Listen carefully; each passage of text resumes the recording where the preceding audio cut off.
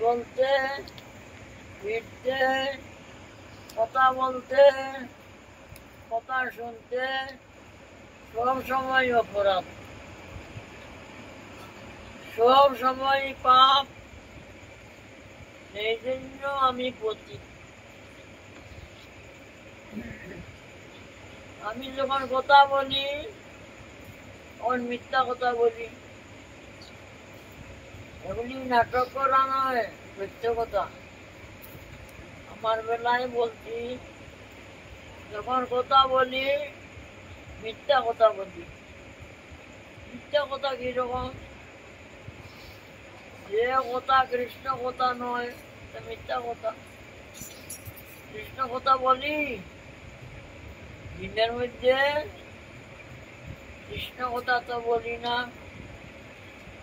কৃষ্ণ কথা না বলি সে তো মিথ্যা কথা হইয়া গেল। মিথ্যা কথা বললে তো পতিত, আমি তো পতিত। আমি যা শুনি এবং মিথ্যা কথা শুনি, সংসারের কথা শুনি, এ তো আমি পতিত। মিথ্যা কথা শুনি, মিথ্যা বস্তু দেখি। যে বস্তু মিথ্যা সেই মিথ্যা বস্তুকে দেখি, সত্য বস্তুকে দেখি না। সত্য বস্তু কি? গুরু, বৈষ্ণব, ভগবান, সাধু, শাস্ত্র, এ সমস্ত সত্য। তাদের কথা বলি,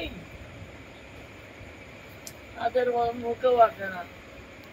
তাদের কথা শুনি, তাদের কথা খবর শুনি না। তাদের চোখকে দেখি, তাদের চোখকে দেখি না। সে আমার মতো পতিত আছে তো বটে।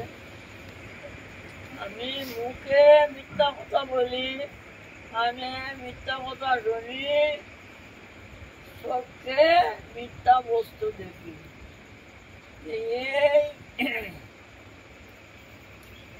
তবে আমি পতিত, আমি পতিত না। আমি যখন মিথ্যা কথা বলি তখন আমি পতিত।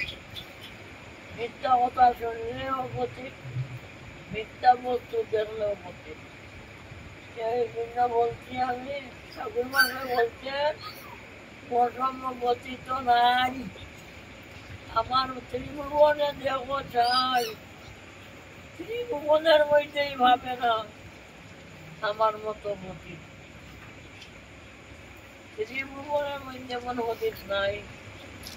সেই পতিত থেকে তুমি উদ্ধার করবে? এমন পতিতকে কে উদ্ধার করে?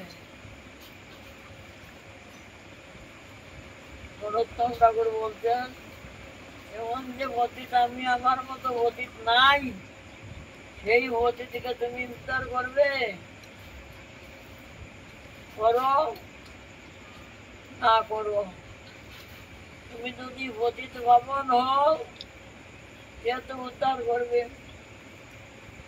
আমাকে যদি উদ্ধার না করো সেটা তোমার পতিত ভাবন কেউ বলবে না। আমি মতো পতিতকে যদি উদ্ধার না করো তোমাকে কে বলবে পতিত ভাবন? তুমি তো পতিত ভাবন, পতিতকে উদ্ধার করো। আমার মতো যদি পতিতকে উদ্ধার করো তবে তো বোঝা গেল তুমি পতিত ভাবন। আর আমাকে যদি উদ্ধার না করো সে তোমাকে কেউ পতিত ভাবন বলবে। কেন বলবে? আমার মতো পতিতকে উদ্ধার যদি না করো কেন বলবে তোমাকে পতিত ভাবন? কেউ তোমাকে পতিত ভাবনা বলবে না। সুতরাং তুমি আমাকে উদ্ধার করতেই হবে। হরে